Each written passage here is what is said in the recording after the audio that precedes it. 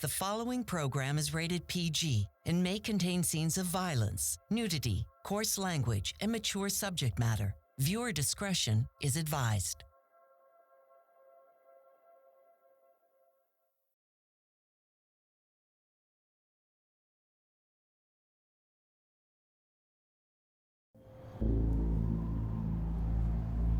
Since the dawn of civilization, humanity has tried to conquer nature. But some forces cannot be tamed. The forces involved are truly beyond the human scale. It's kind of apocalyptic. From city-shattering earthquakes. This was the time to get out, and that window was closing quickly. To epic ice storms. It was just worst-case scenario for Canada. Nature's power, once unleashed, is nearly impossible to stop. A 1,000-degree avalanche of gravel and rock. There was no hope. There was no way of getting away from this. But as our technology and understanding progresses, we learn new ways to protect ourselves from the power of nature. How do we address these vulnerabilities? How do we build increasing resilience?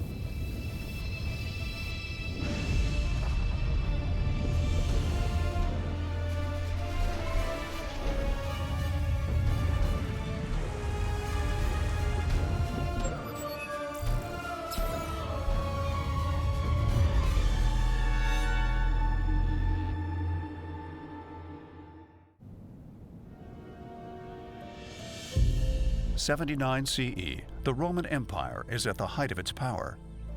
240 kilometers southeast of Rome sat the beautiful seaside town of Pompeii. Situated on the pristine shores of the Bay of Naples, Pompeii was very much a resort town for the wealthy Roman elite who patronized it. It was a retreat from the stink of the city for those who could afford it. The Gulf of Naples is also home to the infamous Mount Vesuvius. Vesuvius really dominates the landscape and looks out on the Gulf of Naples. It's a dominant feature, and it was the same in 79 CE. The area around Vesuvius, like the area around most volcanoes, is incredibly fertile, and that was an attractor for settlements for many centuries. The Romans transformed Pompeii into a bustling resort town of about 20,000 people. Then, during the morning of one late August day in 79 CE, Mount Vesuvius woke up. A famous Roman author, Pliny the Younger, was staying at his uncle, Pliny the Elder's, country estate. From Pliny the Younger's writing, we have a pretty good idea of what actually happened on that fateful day in Pompeii. From the estate, he witnessed a white cloud, almost like a pine tree, emerging from the top of the volcano. Its general appearance can best be expressed as being like an umbrella pine, for it rose to a great height on a sort of trunk and then split off into branches. In places it looked white, elsewhere botched and dirty, according to the amount of soil and ashes it carried with it. What he was seeing was the beginning of a volcanic eruption. Now, many in Pompeii were aware that Vesuvius is an active volcano. They knew the dangers and began to evacuate the city, but many also chose to stay behind. This would be a critical mistake. Those that stayed witnessed ash falling like snow, a sign that things were going to get much worse. For those still trapped in their homes or wherever they were able to seek refuge, this was the time to get out, and that window was closing quickly. By the late afternoon, chunks of white pumice, limestone, and lava were being ejected from Vesuvius. These pieces of flaming debris would crash into homes, making them collapse and killing those inside. It would have been dark out, darker than a normal night. No moon, no stars. There are records of people bringing lamps with them to try to light their way out of desperation as they tried in a last-ditch effort to escape the city. People having pillows on their head to try to protect their heads from rocks, some of them on fire, as they tried to flee. This situation was desperate. When Vesuvius went up, very similar to almost any volcano, you were dealing with two really nasty gases, hydrogen sulfide and sulfur dioxide. And these are very toxic gases to humans. I know because I've dealt with it. I've actually climbed down into the throat of an active volcano, and to do that, I had to wear a gas mask. Back in the Roman times, not a lot of gas masks. And so they would have been dealing with those gases and extraordinarily hot gases without any sort of protection. And what came next would be the end of thousands who would choose to stay in Pompeii. 32-kilometer tall walls of ash and cloud and gas spew down the sides of the mountain. The pyroclastic flow begins to engulf the city. Imagine it as a 1,000-degree avalanche of gravel and rock moving at speeds up to, I believe that some of them can get up to 700 kilometers an hour coming down the side of the mountain. There's no escaping this. The pyroclastic flow shot out in 100-kilometer rings around Vesuvius, annihilating anything in their path and burying Pompeii. The next day, the final flows hit the city, encasing it in rock and ash. The Romans would never resettle the area of Pompeii again. Over the years, people did move back into the region. Today, around 3 million people live near Vesuvius, and while people living in the shadow of Vesuvius know the volcano is dangerous and will erupt again, did they know this in 79 CE?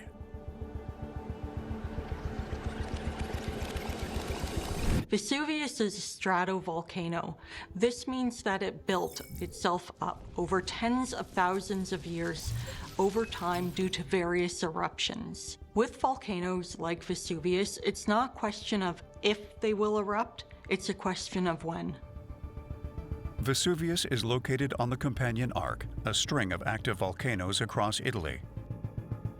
Other volcanoes on the Campanian Arc include Campi Flegrei and Stromboli.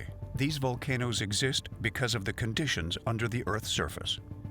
To explain Vesuvius and its volcanism, you have to understand the tectonics in the region. So basically the Eurasian plate and the African plate are in a subduction zone relationship. The African plate is subducting beneath the Eurasian plate, and as it subducts, it warms up, and essentially the mantle rock then heats up and melts, which then makes it available as magma. Magma tries to percolate to the surface. It's light, and it's exploiting gaps in the subduction zone.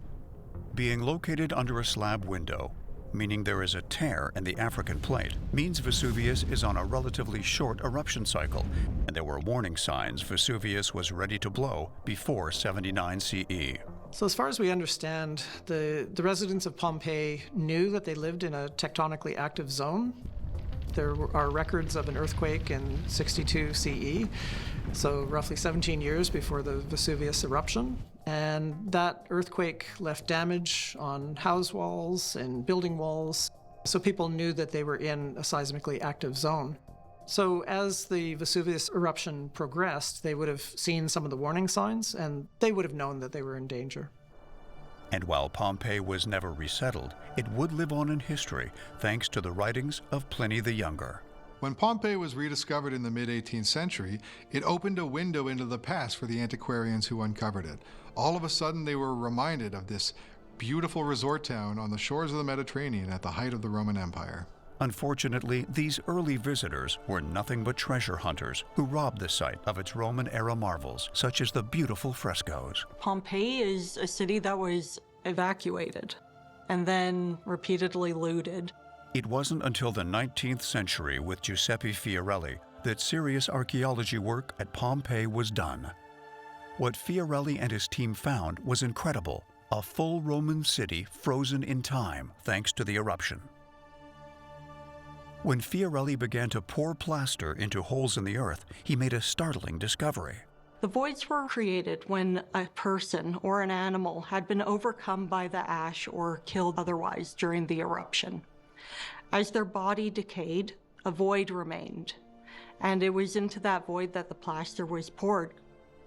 The outcome was a perfect plaster cast of the individual's body, which you can see today in some of the museums throughout Naples and other parts of Italy, and some that still remain on site within Pompeii. These plaster casts give us a startling look at the people of ancient Pompeii during their last moments. A haunting reminder of how precious life is and how dangerous it is to live under the shadow of Vesuvius. Pompeii has captured the modern imagination.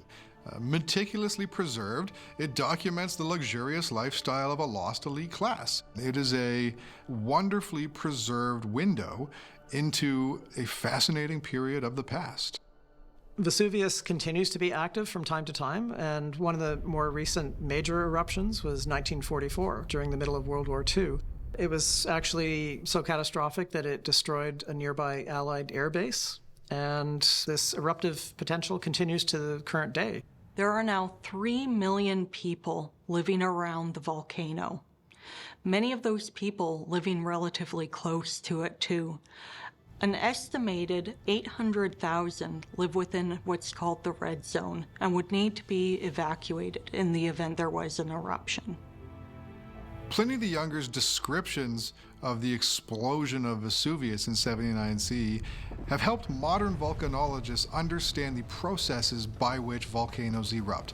Indeed, the type of eruption that he witnessed, the really explosive ones, are now known as Plinian eruptions. In many ways, he is the forefather of the modern science of volcanology. Mount Vesuvius is one of the most monitored volcanoes in the world. Volcanologists use a variety of tools, which include seismic, gas, and thermal monitoring. With these systems in place, scientists can more accurately predict when a volcano will erupt, often giving weeks and perhaps months of prior warning. Today, Pompeii is a city frozen in time, encased by fiery volcanic ash.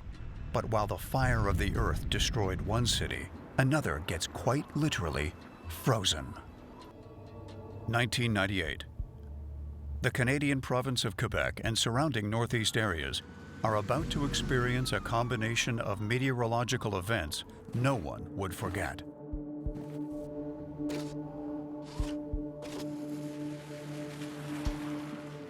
Quebec is very used to snowstorms, even major snowstorms.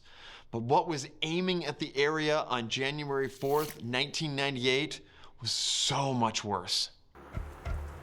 Falling from the sky, a deadly weather condition blanketed southern Quebec. But this was no normal rain.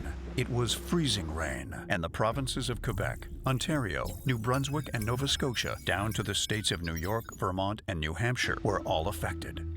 Ice storms are very hard to nail down. It's not something that we can go, oh yeah, there's going to be an ice storm here. The conditions for it are so specific, we just don't know. Making the ice storm worse, the affected region had more than double the amount of precipitation than normal. What happened in 1998 was unprecedented, both in terms of the amount of ice that ended up accumulating and the duration of the event.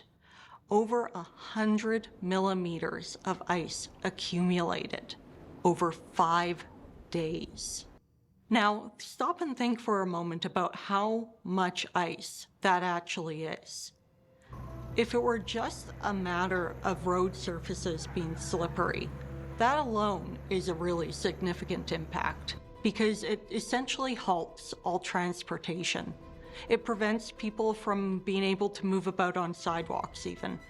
However, when you start getting significant accumulations of ice weighs a lot. Tens of thousands of trees and branches broke under the weight of the ice, many snapping power lines as they fell.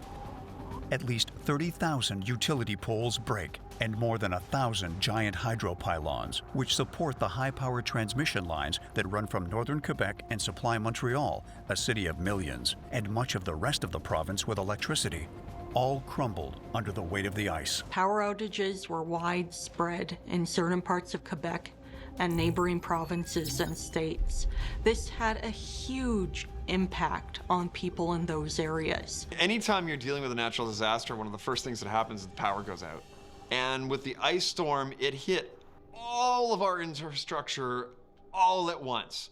So power lines started coming down, transmission towers started coming down, communication systems, roads completely covered in ice. The situation was so critical, they had to move seniors and other at-risk people who were in long-term care institutions into hotels or other shelters with emergency power backup.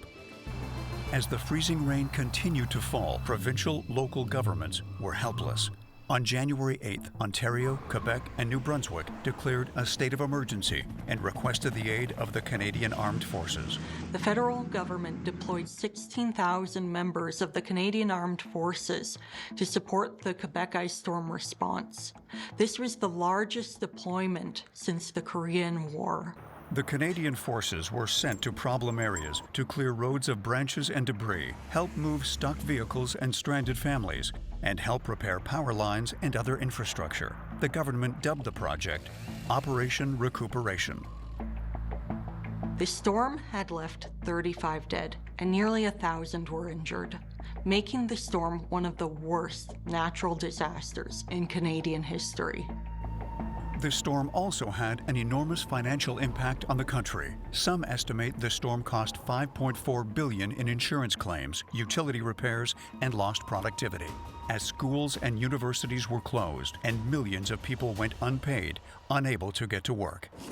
As southern Quebec began to break free from the ice and get back to their lives, many were left wondering, how had things gotten this bad?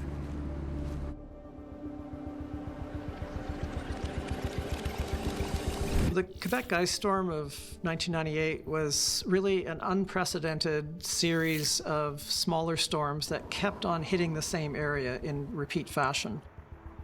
What you need for ice storms is a cold air mass above. As you go down through the atmosphere, you need a warming spot above 0 degrees, and then you need a thin layer of below freezing temperatures right at the surface. At the same time, you also need the surface itself to be below 0.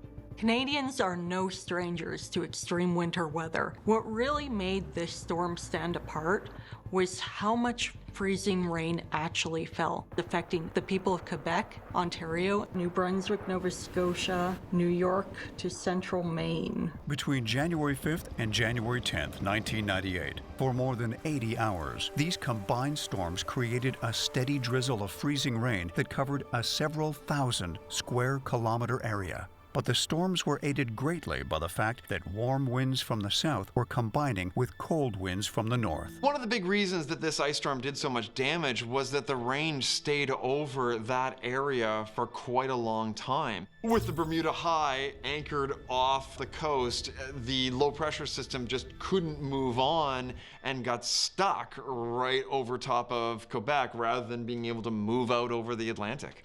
But you have to have those very perfect conditions to give you an ice storm as opposed to a snowstorm. It could have easily been a snowstorm, but with the way that the systems were set up there, all that moisture being fed up from the Gulf of Mexico, you ended up with just the absolute perfect conditions to produce tremendous amounts of ice.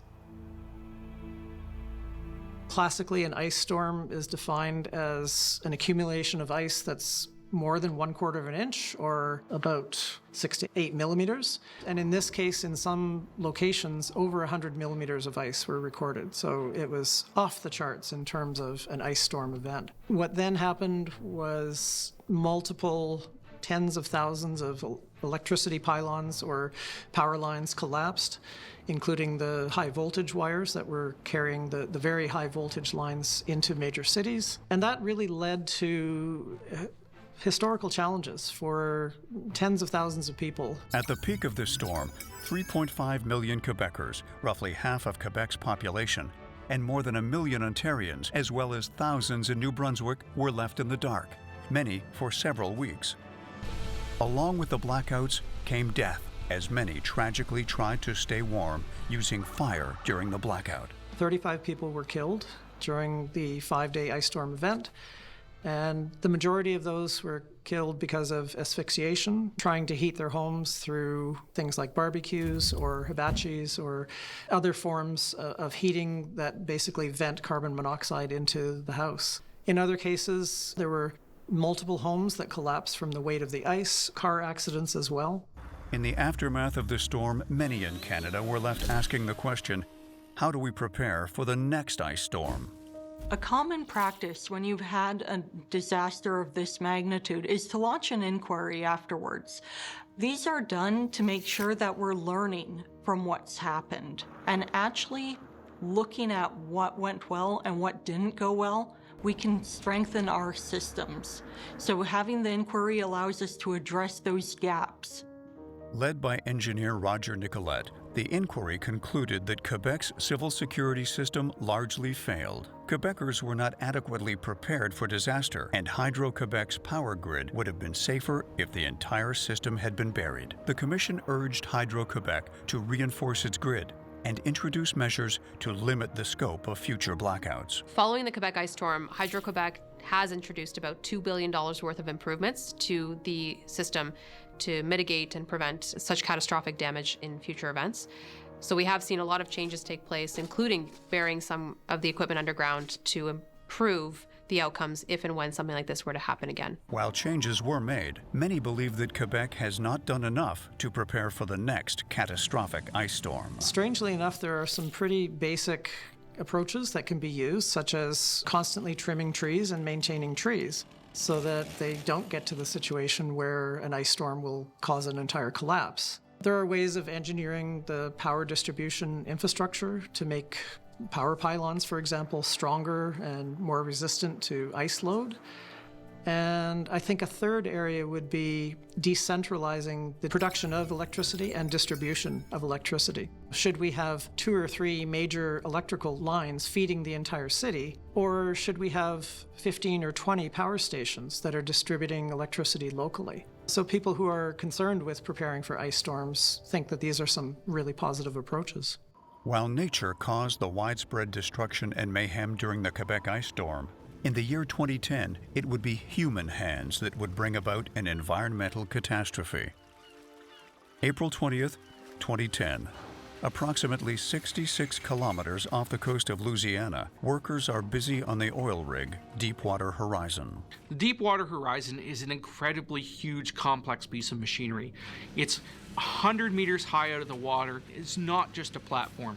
It's a whole city-like infrastructure to drill for oil in thousands of meters of water. So these drill rods are drilling into the rock at the bottom of the Gulf of Mexico. In February of 2010, Deepwater Horizon commenced drilling an exploratory well at the Macondo Prospect, 66 kilometers off the southeast coast of Louisiana, at a water depth of approximately 1,500 meters.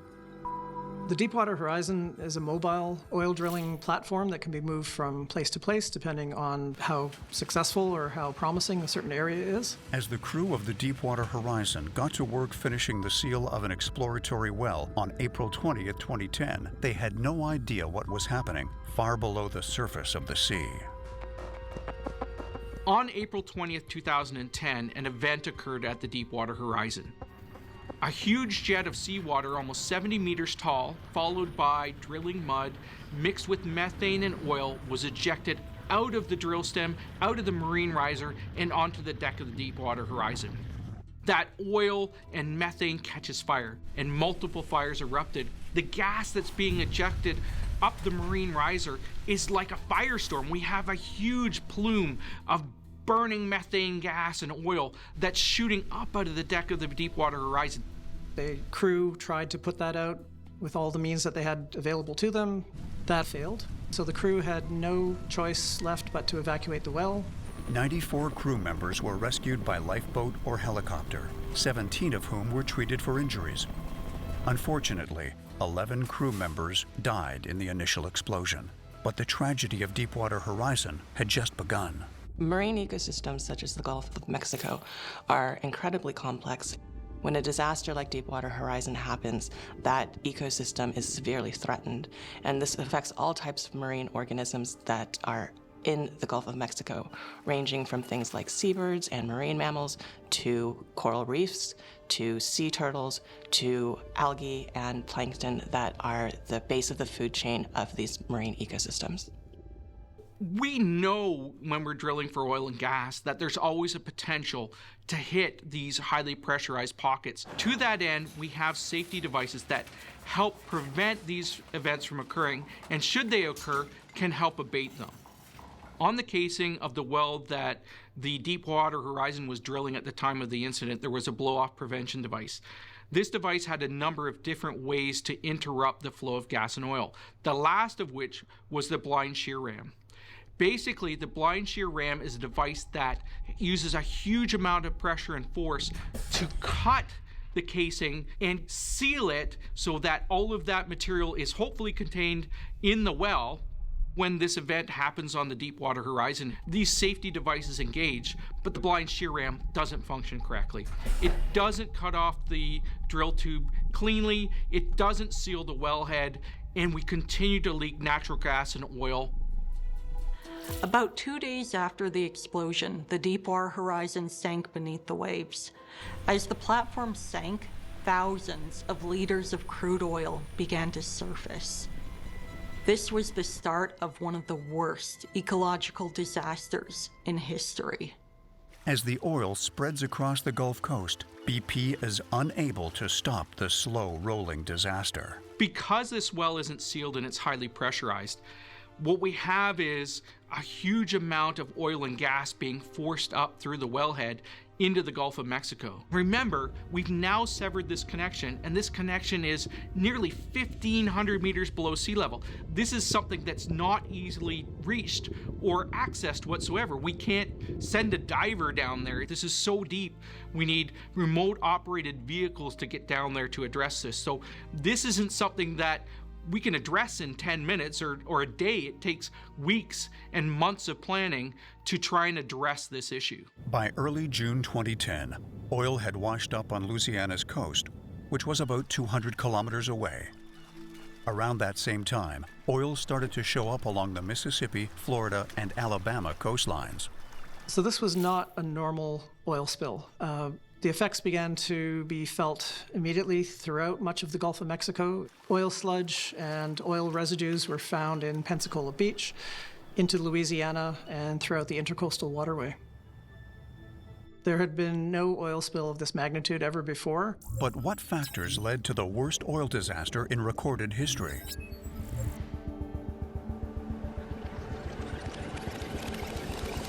Even in the best operating conditions, deepwater drilling is complicated and risky.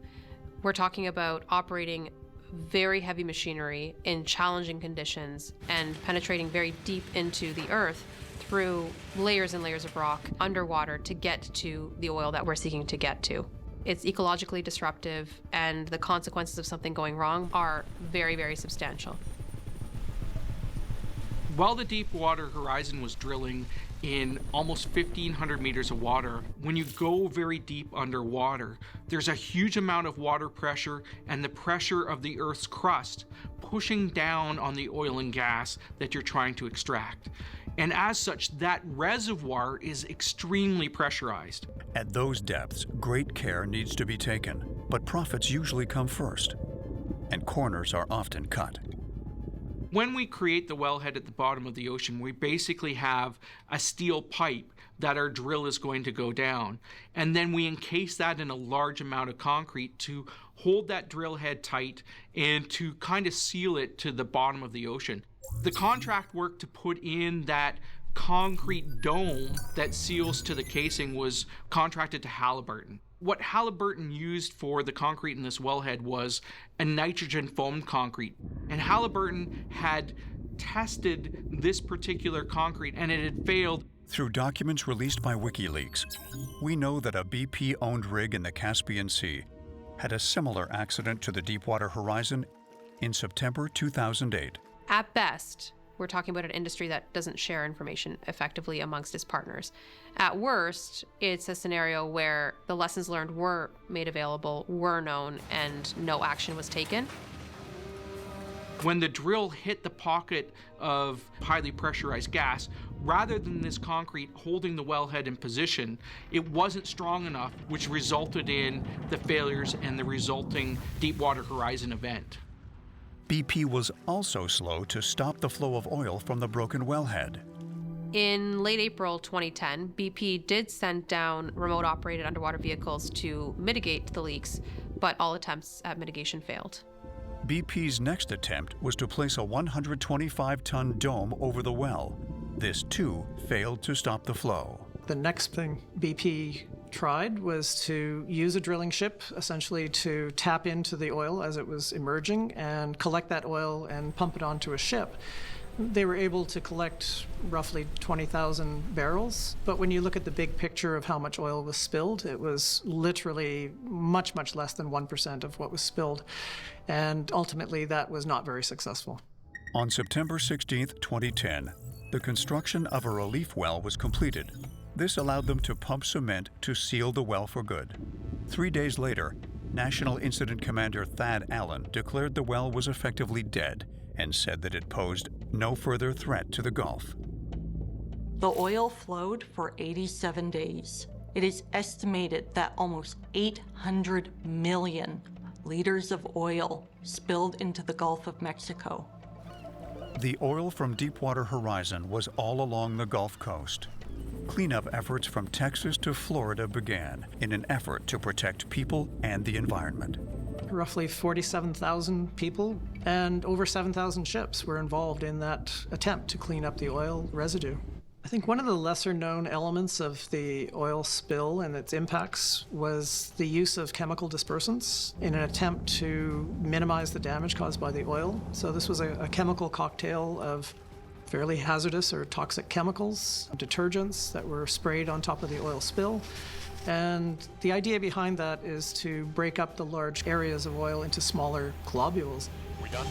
We're done. 1,700 gallons almost. But then the problem is you're taking a toxic element, the oil itself, and you're adding toxins to it in order to control that oil spill. The situation was dire, especially for the wildlife. Between May and June 2010, the spill waters contained 40 times more polycyclic aromatic hydrocarbons, PAHs, than before the spill. These would be the very volatile components of oil as it comes out of the ground. And this is detrimental not only to marine life, but also to humans because these compounds are carcinogenic. The PAHs were most concentrated near the Louisiana coast, but levels also jumped 2- to 3-fold in areas off Alabama, Mississippi, and Florida. The Gulf of Mexico has thousands of species. This includes dolphins and other large marine mammals, and an unprecedented disaster like Deepwater Horizon can cause an immediate effect on this biodiversity. And then you have long-term effects. If you have a disruption at the base of this food chain, in this particular case, algae, that means that the smaller fish no longer has a food source, so they won't be able to survive. And this means that there's no longer a food source for the larger fish. And this means that then the seabirds that rely on the larger fish for a food source no longer have a food source. So there are these cascading effects that will manifest themselves in days, weeks, and months later after the initial disaster. By 2013, over 650 dolphins had been found stranded in the oil spill area, a 4-fold increase over the historical average. But of all the animals affected, possibly one of the worst hit was the endangered sea turtle population. It's estimated that 167,000 sea turtles were killed directly as a result of this explosion. As the disaster rocked the Gulf Coast, the federal government of the United States prepared to make BP pay. In November 2012, BP and the United States Department of Justice settled federal criminal charges, with BP pleading guilty to 11 counts of manslaughter, 2 misdemeanors, and a felony count of lying to the United States Congress. In September 2014, a United States District Court judge ruled that BP was primarily responsible for the oil spill because of its gross negligence and reckless conduct. In April 2016, BP agreed to pay $20.8 billion in fines, which is the largest corporate settlement in United States history. Despite all of this, in March 2014, BP was again allowed to bid for oil and gas leases. The Deepwater Horizon well blowout was just one oil well blowout, and there have been many in the past, and there will continue to be in the future. This is something that is not going away as a concern, and it's directly tied to our use of fossil fuels. And so every effort that we can make to reduce dependency on or use of fossil fuels reduces the environmental impacts of potential oil well blowouts. Fossil fuels make our world work, but this source of power comes with a great cost. The Deepwater Horizon accident had tragic and deadly consequences for humans and the environment. It unleashed a torrent of poison fuels into our oceans. But what if not only water was toxic, but also the air itself? December 1952, London, UK. The city is experiencing colder than usual temperatures, and everyone is feeling it. London gets cold in the winter, but in 1952, the city was facing freezing temperatures. This was not normal.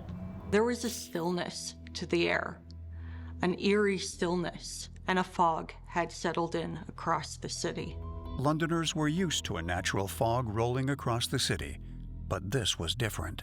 All that fog really is a cloud on the ground. I mean, it's just very small condensed water droplets. That's all it is. The issue, once we got into the Industrial Revolution and started heating our homes with fossil fuels, now we're dumping pollutants into that fog, and the fog goes from just water vapor to water vapor plus yuck.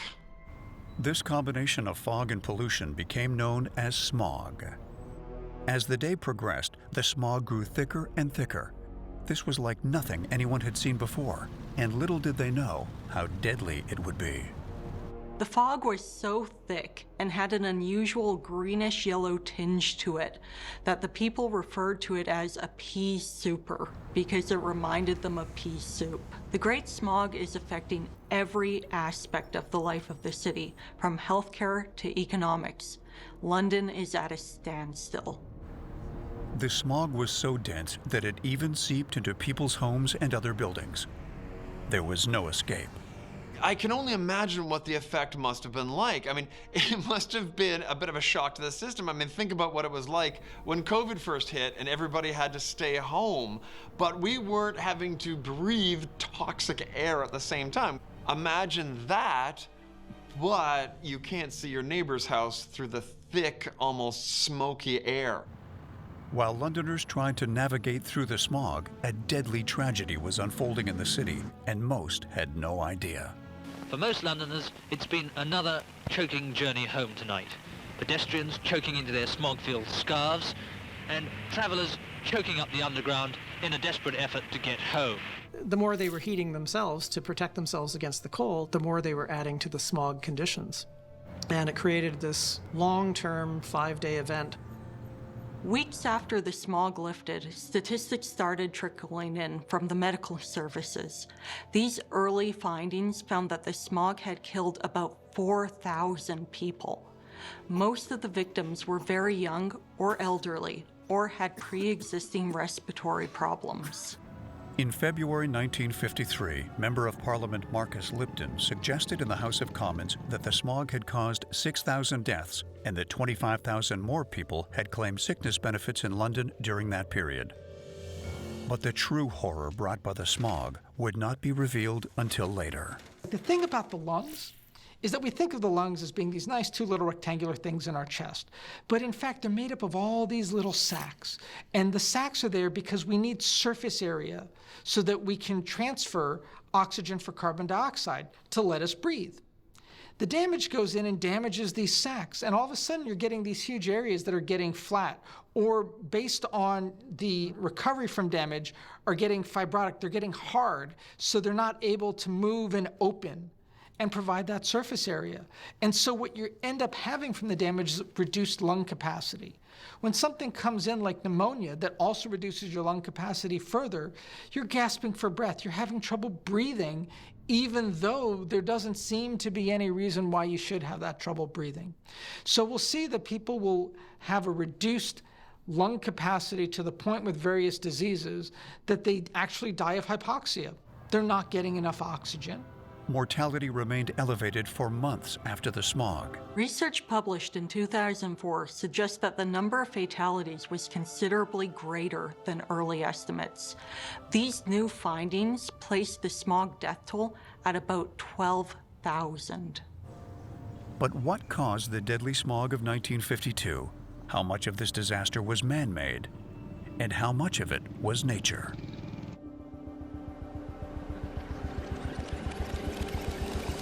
In 1952, there was an unusually cold winter in London. And because it was unusually cold, Londoners were burning more coal than usual in their open fireplaces with no pollution control.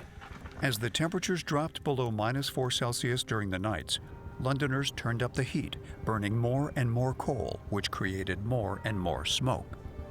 When suddenly you get very cold and you want to heat your home in the 1950s, you're probably going to use cheap stuff like coal, lignite, and that produces a tremendous amount of smoke. So using cheap, smoky coal to make sure that your house is nice and toasty warm.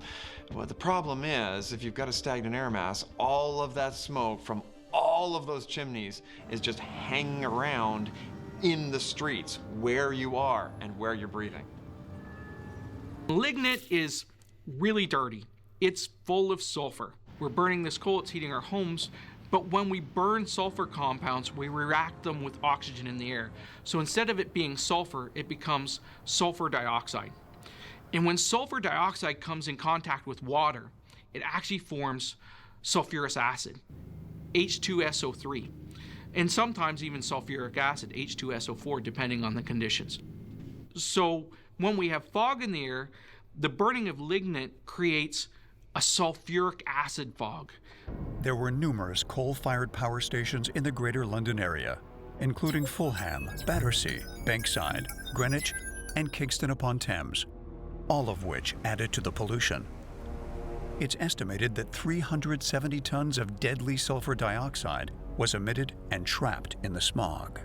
At a London centre, a medical research council unit is probing the links between bad air and bad health.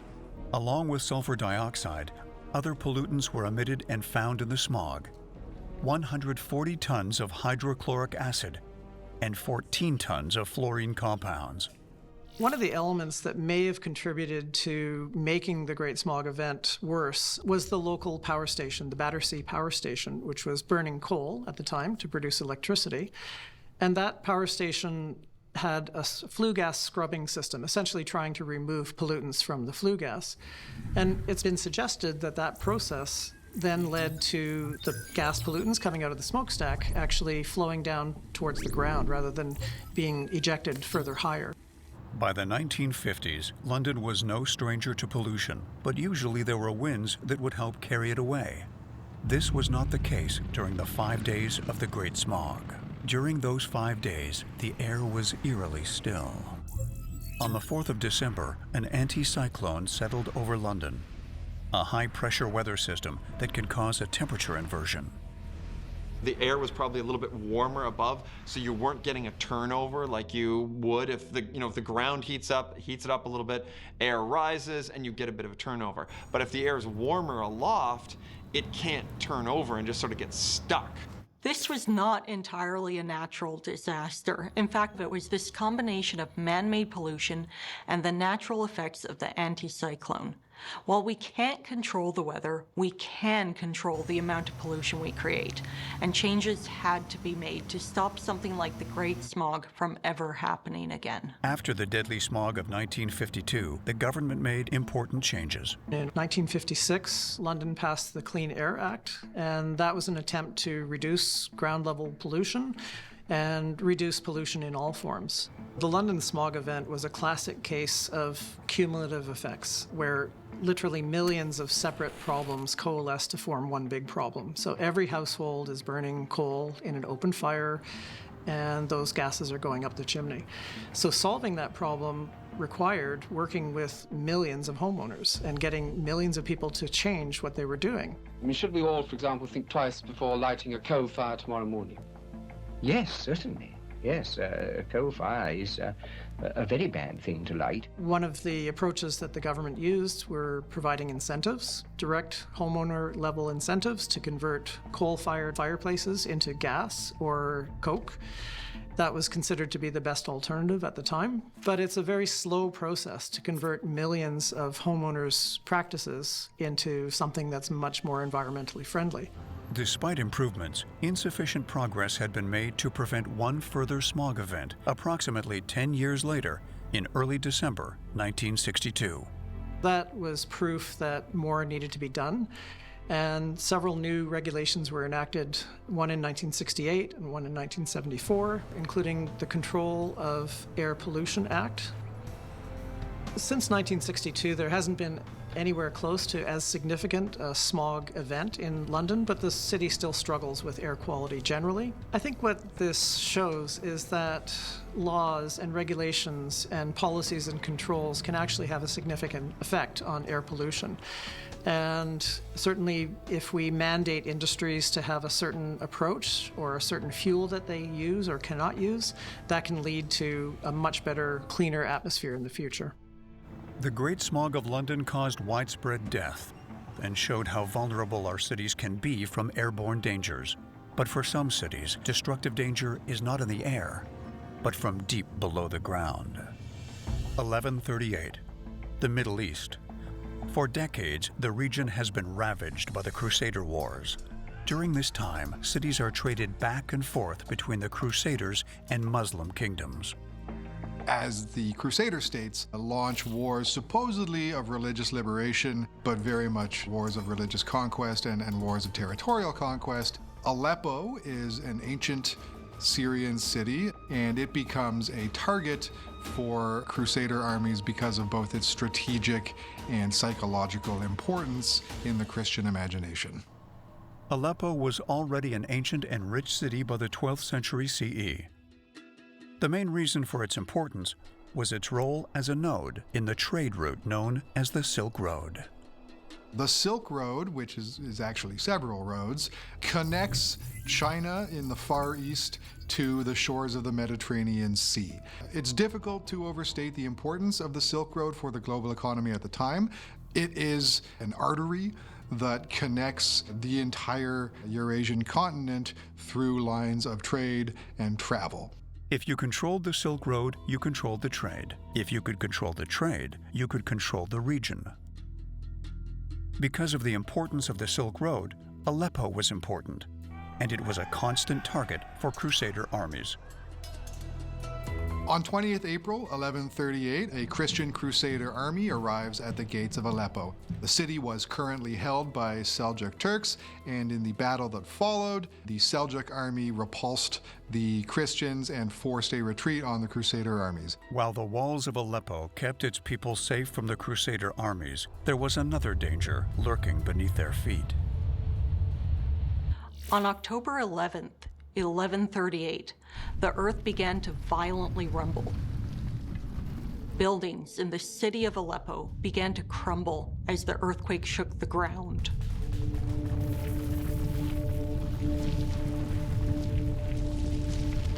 According to contemporary chronicler Ibn al-Kalanisi, in Aleppo, a large city with a population of a few tens of thousands, the earthquake did considerable damage.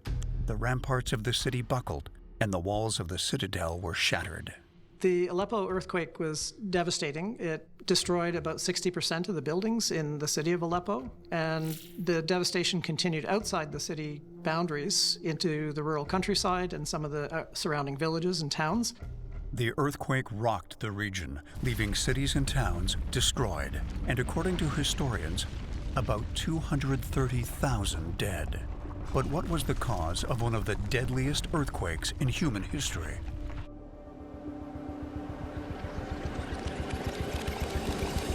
Aleppo is situated at a very important junction for trade from east to west, but it is also located on the East Anatolian fault line. A fault is a fracture or a zone of fractures between two large blocks of rock under the Earth's surface. Large faults, like the East Anatolian Fault, are deep within the Earth's crust and are the result from the action of plate tectonic forces. The tectonics of the region are fairly complex, with three tectonic plates coming together: the Eurasian plate, the Arabia plate, and the African plate. These plates are moving all the time, and they're grinding up against each other. So sometimes things will get stuck, and the forces are still there, and they're just pushing, and then all of a sudden it'll go. When we talk about plate tectonics, the forces involved are truly beyond the human scale. Prior to the major Aleppo earthquake, there were numerous precursor shocks. Small tremors that are indicative of a larger earthquake that's going to follow. Because of the tremors, many citizens of Aleppo decided to leave the city and retreat to the relative safety of the hills. But many citizens decided to stay. There's a couple of different reasons why some people would stay behind. Everybody's personal experience is that they have never died in an earthquake before. So it's kind of hard to judge what that total risk is if you start feeling the ground shake, that you're going to die or not. And if you've lived through other shakes and tremors in the past, they've always subsided. It hasn't been that bad. Why is this one going to be any different? We use our past experiences. But the other thing you see is that, we're talking about times when all your worldly possessions, if you were a merchant, if you were on this Silk Road stop, were there. And so when people leave to save their lives, others use it as an opportunity to enrich themselves. If you wanted your livelihood to be there, you had to stay there to protect it yourself. While Aleppo's strong stone walls were designed to protect the city from enemy armies, they were useless against the forces of nature. So when we look at construction methodology in the time of Aleppo, what we're really talking about is constructing structures using rough-hewn rocks that are shaped into large rectangular prisms or cubes. So we're taking those and stacking them on top of one another. We're not really using any cementitious materials to join those together. We don't have any reinforcing material like steel or iron to bind everything together. So what an earthquake actually sees is a pile of rubble. You have this horizontal shifting, this lateral movement that's occurring in an earthquake. Well, if you're just stacking stones on top of one another, it's really like loosely stacking Lego bricks and pushing on it with a finger. All of those Lego bricks are very quickly just going to come tumbling down. And that's what happened in the city of Aleppo. But how do we engineer a city to withstand the power of an earthquake? Earthquakes are very difficult things to engineer for. The amount of movement and the way the movement occurs can have huge impacts on buildings. The shifting can cause so much sway and harmonics within the building itself that it actually tears itself apart during the earthquake. So earthquake design has to take a lot of different things into account. It's not just, should we reinforce this, but it's how we connect everything together to make it behave the way we want in the earthquake. Where the masses makes a difference. So often in buildings, we'll actually put a huge movable object, for example, a very large steel ball hung from wires, in the ceiling of the building. And these objects have static inertia. That means they want to stay in the place that they're in. And as the building shifts laterally during an earthquake, these objects essentially stay in place. So they kind of fix the building in space and prevent it from moving with the ground. So they're really innovative in that they can really dampen out the energy associated with earthquakes and how it's transmitted to the building. Aleppo, also known as Halab, continues to be inhabited to this day. It is the second largest city in Syria and unfortunately continues to be a place of tragedy. On February 6, 2023, the region was once again rocked by a 7.8 magnitude earthquake, causing over 50,000 deaths, with nearly 7,000 of those being in Syria. In Aleppo, thousands of buildings were utterly destroyed and over 200 more had to be demolished. One of the damaged buildings was Aleppo's famous UNESCO's listed historic citadel. Despite the centuries of warfare, despite the multiple earthquakes that have shattered the city walls, the people of Aleppo have continued to rebuild. Aleppo is an ancient city that has seen human habitation for thousands of years. It has been a home for triumphs and tragedies and has seen empires rise and fall. The rebuilding effort will be long, but Aleppo will continue on. The power of an earthquake has the destructive potential to shatter cities in mere minutes and show us that in many ways we're still at the mercy of Mother Nature. But with each earth-shattering catastrophe and man-made disaster, we learn more about our natural world and our place in it. Through these deadly disasters, we learn lessons that we can use to better our lives today and protect lives tomorrow.